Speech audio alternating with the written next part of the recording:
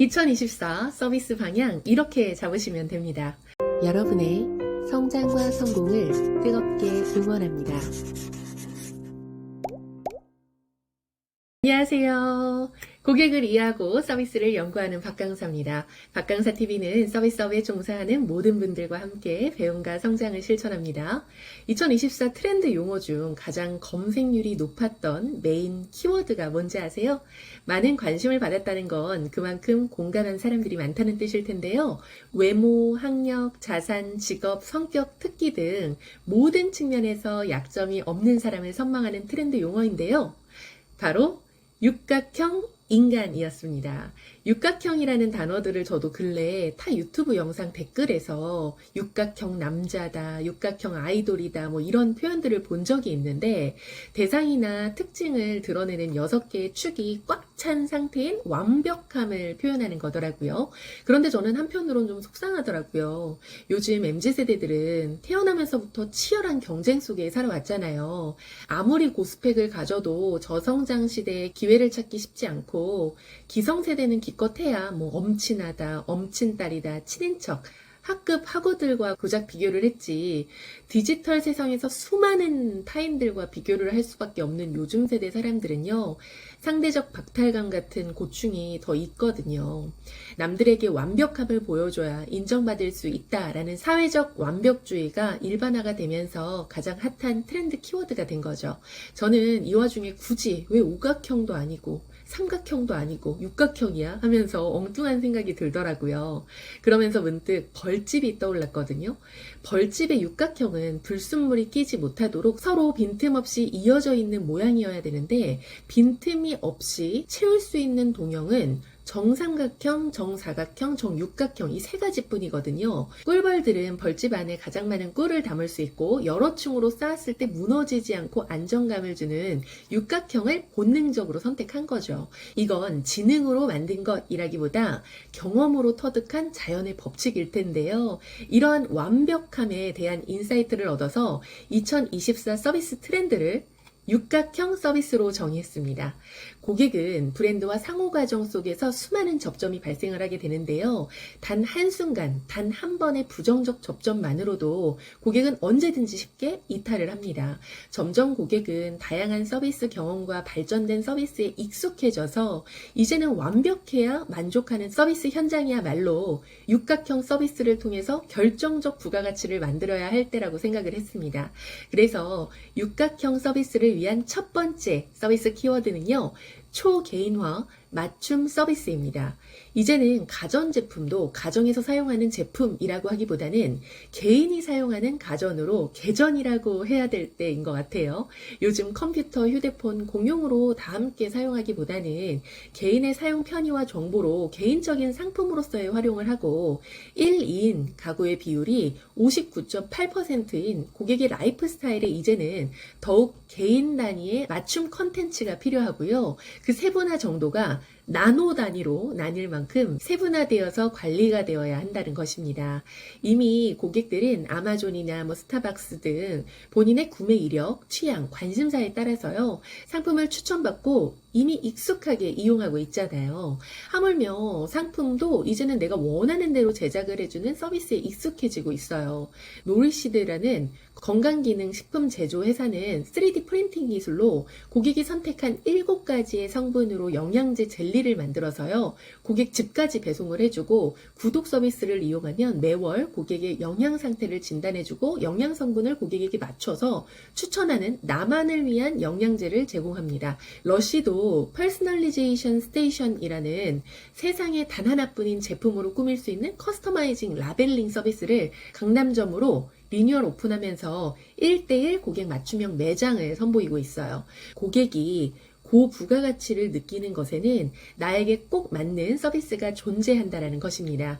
롤스로이스나 벤틀리 억소리 나는 자동차들을 선택할 때도요. 차량 시트의 실, 스티치까지 선택을 해서 가치를 느끼게 하니까 1년을 기다리고 그렇게 비싸도 선택하고 구매를 하죠.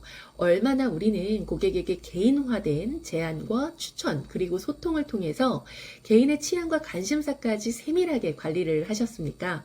두 번째 키워드는 AI 자동화 효율 극대화 서비스입니다.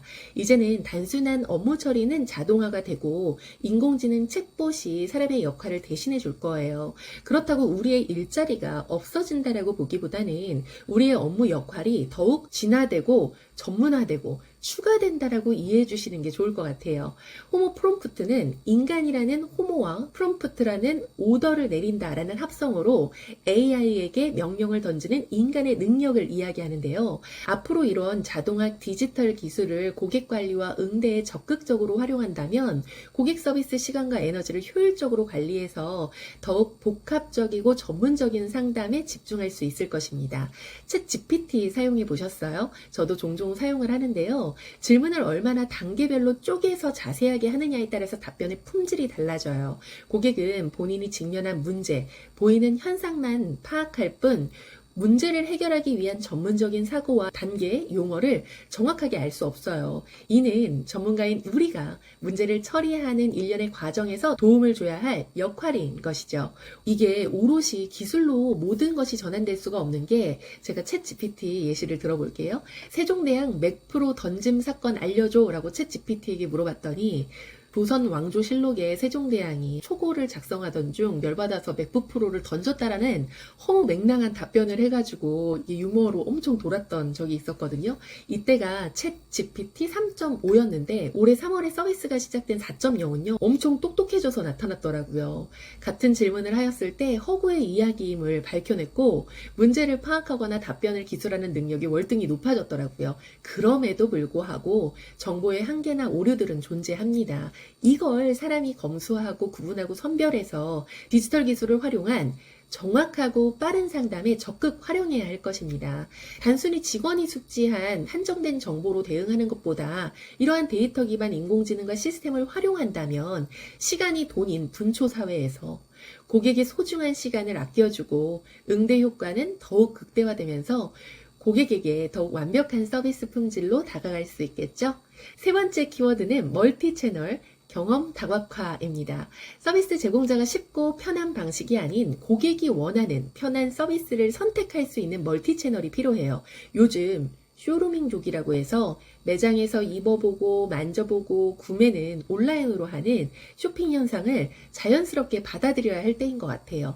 옴니 채널의 활성화뿐만 아니라 고객이 서비스 또는 재화를 접촉하는 채널 또는 방식과 공간은 다채로울수록 고객의 경험은 풍부해집니다.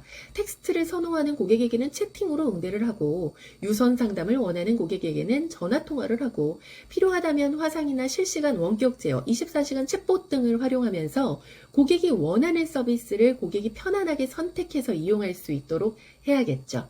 요즘 호캉스도 그냥 자고 조식 먹고 헬스하는 어디에나 있는 경험이 아니라 지역이나 호텔에서 제공하는 특색 있는 요가 클래스를 참여한다든지 미술 전시 같은 다채로운 부가가치의 경험들을 수반한 서비스가 개발되고 있고요. 관광도 컨셉을 세분화해서 미슐랭 맛집 투어나 와이너리 투어, 클래식 음악 투어 등 고객의 관심사나 취향에 더욱 다가가서 더욱 즐거울 수 있도록 다양한 경험이 제공되고 있어요. 고객이 우리의 상품과 서비스를 이용하는 과정에서 느낄 수 있는 다채로운 경험과 체험, 그리고 오감과 기억을 자극하는 경험 설계가 되어 있어야겠죠?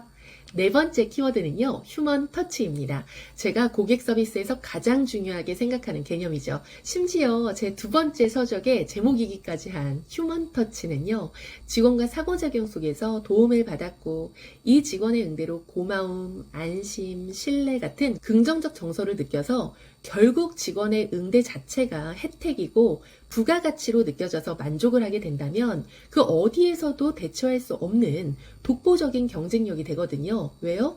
나라는 직원의 응대는 우리의 브랜드를 이용해야만 만날 수 있는 혜택인 거잖아요. 다섯 번째는요, 전문성입니다.